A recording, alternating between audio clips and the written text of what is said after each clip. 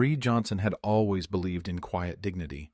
Since her husband Tom, a Marine Corps veteran, died in Afghanistan, she had shouldered her grief with a strength born from love and loss. Their small apartment on Maple Street was more than just a roof over her head.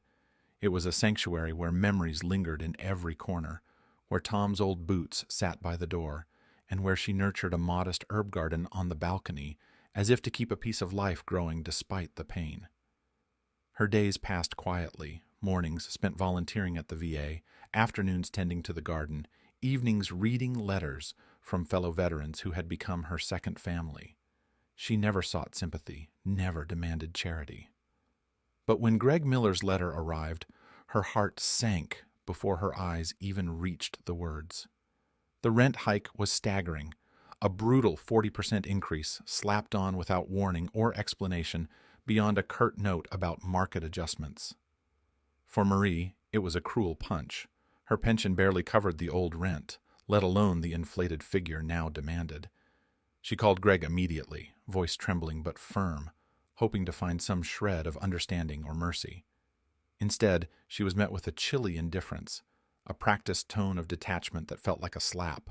Greg's reasoning was blunt and merciless. The neighborhood was changing, and he intended to optimize his property by leasing to those who could pay more. To him, Marie was just a number, a tenant to be replaced, a source of less than ideal revenue. The fact that she was a war widow barely registered on his ledger of profits and losses. In the days that followed, Marie's struggle became painfully visible. The small garden she so carefully tended began to wither, leaves curling and browning under the weight of her growing worry. Letters from veterans groups arrived, offering condolences but little practical help. She walked the familiar streets with a shrinking sense of belonging, haunted by the prospect of losing the only home she had left. The community watched in silence, discomfort twisting into outrage. The injustice was palpable, a wound in the town's conscience. For many, Marie was more than a tenant. She was a living symbol of sacrifice, a reminder of the cost paid by those who served. To see her cast aside in favor of higher-paying strangers felt like a betrayal not just of her, but of everything the community stood for. Rumors began circulating among the local veterans, many of whom had met Marie at gatherings or supported Tom during his service. The story of Greg's greed spread like wildfire, conversations punctuated with disbelief and anger. Some called him ruthless, others a parasite thriving on the misfortune of others. Yet no one had confronted him openly. The tension simmered beneath polite nods and forced smiles, a collective fury waiting for a spark. Marie, meanwhile, carried the burden alone, shrinking into herself with a quiet resilience that only deepened the community's sympathy. This wasn't just about money. It was about respect, about honor, about recognizing the sacrifices made by people like Marie and Tom. The landlord's cold calculus had torn at the fabric of trust that held the neighborhood together, exposing a brutal reality. In the face of rising rents and shifting markets, even the most sacred symbols of sacrifice could be treated as disposable commodities. The injustice was raw, immediate, and unforgiving, a wound that demanded more than quiet sympathy. It needed justice. Eviction notices arrived like merciless thunderclaps, shattering the fragile calm Marie had clung to. Each letter was a cold decree, a cruel reminder that the sanctuary she had preserved through years of grief and endurance was slipping beyond her reach. The raised rent was no longer just a number on a page. It was a sentence, condemning her to the unknown, to the loss of the last place that carried her husband's memory. The walls of the apartment, once a quiet refuge, now seemed to close in, heavy with uncertainty and fear. For the first time since Tom's death, Marie felt the isolation of vulnerability, a profound loneliness that cut deeper than any wound she had borne before. But in the shadows of that despair, a spark of resistance ignited. The veterans who had surrounded Marie with quiet support now emerged as a force determined to confront the injustice head-on. John "Hawk" Daniels was their unspoken leader, a retired Marine with a weathered face marked by years of battle, both abroad and at home. Hawk had been a brother-in-arms to Tom, bound by shared sacrifice and unbreakable loyalty. His presence galvanized the community, a living testament that their fight was not just about one woman, but about preserving the dignity of all who had served. Hawk and his crew, bikers whose scars told stories of pain and survival, mobilized quickly. They knew the stakes. Greg Miller was no ordinary landlord. His cold, calculated moves were aimed at cleansing the neighborhood of its roots, replacing loyalty with cold profit margins. But Hawk had faced enemies more dangerous than greedy businessmen. He understood the power of unity forged in hardship. Together they began to pool resources, drawing from pockets tightened by years of struggle, but never closed to the call of justice. Legal aid was their first step. A lawyer known for championing tenants' rights and veterans' causes was contacted, navigating the labyrinth of housing laws that seemed designed to favor men like Greg. It was a complex battlefield, leases, notices, and loopholes. But the veterans moved with relentless purpose. Each meeting they held was charged with a fierce energy, their collective determination transforming fear into resolve. Flyers circulated quickly through local diners, VA centers, and community bulletin boards, calls for support that echoed a deeper cry for fairness. The plan they conceived was bold: to buy the entire building, not just to protect Marie, but to reclaim a space that belonged to the community's history and honor. The idea spread like wildfire. Veterans, neighbors, and even local small business owners pledged what they could. Money trickled in from modest savings, donations from grateful townsfolk, and fundraisers organized with fierce enthusiasm. The vision was clear: transform exploitation into empowerment, turning the tables on a system rigged against the vulnerable. Hope, fragile but relentless, began to bloom. Where despair had taken root, now grew a fierce optimism, a belief that justice could be wrested from greed through collective action. The veterans' grit and solidarity were more than mere strategy. They were a testament to enduring loyalty, to bonds forged not just in war, but in shared commitment to protect the sanctity of home and honor. Marie, once isolated in her pain, found herself surrounded by a community unwilling to let her fall, their rising hope a beacon cutting through the darkness of uncertainty.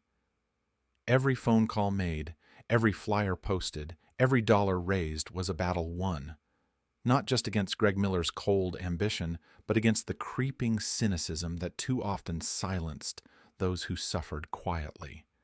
This fight was more than rent or eviction. It was a stand for respect, for the legacy of sacrifice, for the right to belong. In the rising chorus of voices, Marie glimpsed a future where injustice could be challenged, where hope could triumph, not through miracles, but through the unyielding strength of those who refused to let her be forgotten. The morning of the auction dawned crisp and gray, a somber prelude to a battle waged not with guns, but with determination, wallets, and unyielding resolve. The old municipal hall, its walls etched with decades of town history, bore witness to a congregation of veterans, neighbors, and supporters whose faces were etched with a mixture of hope and hardened grit. Hawk arrived early, his leather jacket creaking softly, eyes scanning the crowd, not for foes, but for comrades. Around him the veteran bikers, scarred, weathered, and unbowed, assembled like a phalanx, embodying a quiet fury born of years on battlefields far harsher than any courtroom or auction block. Greg Miller strode in later, radiating the arrogant confidence of a man accustomed to winning. His polished shoes tapped impatiently against the hardwood floor, a sharp contrast to the worn boots of those who had come to protect a legacy, not to accumulate wealth. He expected to drown out the opposition with money, to outbid and outmaneuver the veterans who, in his view, were relics incapable of mounting a serious challenge. But he underestimated the force of unity and the swelling tide of support behind Hawk's team. The auctioneer's hammer fell rhythmically, each call of a bid sounding like a drumbeat in a battle hymn. When Hawk's representative raised their hand, backed by a surge of community donations and carefully pooled savings, a hush fell over the room. The numbers climbed, each bid a declaration of defiance against greed and dispossession. Greg countered, as expected, throwing money at the problem with cold calculation. But the veterans' resolve was unshakable, their bid steady and strategic. When the final hammer came down, the building was theirs. The room erupted, not with chaos, but with restrained, powerful applause, the sound of a community reclaiming what was theirs by right. Ownership transferred swiftly, formal papers exchanged with the solemnity of a peace treaty. The same auction hall that had once hosted a transaction of exploitation now witnessed the triumph of solidarity and justice. Greg Miller, for the first time since his arrival in town, faced defeat. The eviction notice served upon him was a mirror reflecting his own cruelty, now turned back by the very people he sought to displace. Packing his belongings, his retreat was silent, but spoke volumes. A man beaten not by violence, but by the unbreakable bonds of community and honor. Within days, the transformation of the building began. Marie's rent was frozen at a fair, sustainable rate, ensuring her home remained hers, not as charity, but as recognition of her right to belong. The tenants' voices, once drowned beneath layers of neglect and greed, now echoed clearly through the halls, guided by Marie herself. Appointed as tenant representative, she became the embodiment of resilience, a living symbol that even the deepest wounds could heal and inspire. What started as a crushing blow, the sudden, heartless rent hike, had been forged through pain, courage, and relentless action into a beacon of hope. The veterans had done more than save a home. They reclaimed dignity for a community teetering on the edge of displacement. Their victory sent ripples through the town, awakening others to the power of standing together. It was a testament that injustice, no matter how cold or calculated, could be met with a force greater than fear, a force born from shared sacrifice and unwavering loyalty. Marie's quiet strength, Hawk's fierce leadership, and the unity of their comrades became a story retold at gatherings and town halls, a narrative of triumph that transcended one building or one neighborhood. It was a call to arms, not of weapons, but of conviction, community, and hope. The battle was won, but more importantly, a lasting inspiration was born, igniting fires in hearts that refused to accept exploitation or injustice as inevitable. In their victory, they planted a seed of empowerment that promised to grow far beyond the walls they had saved.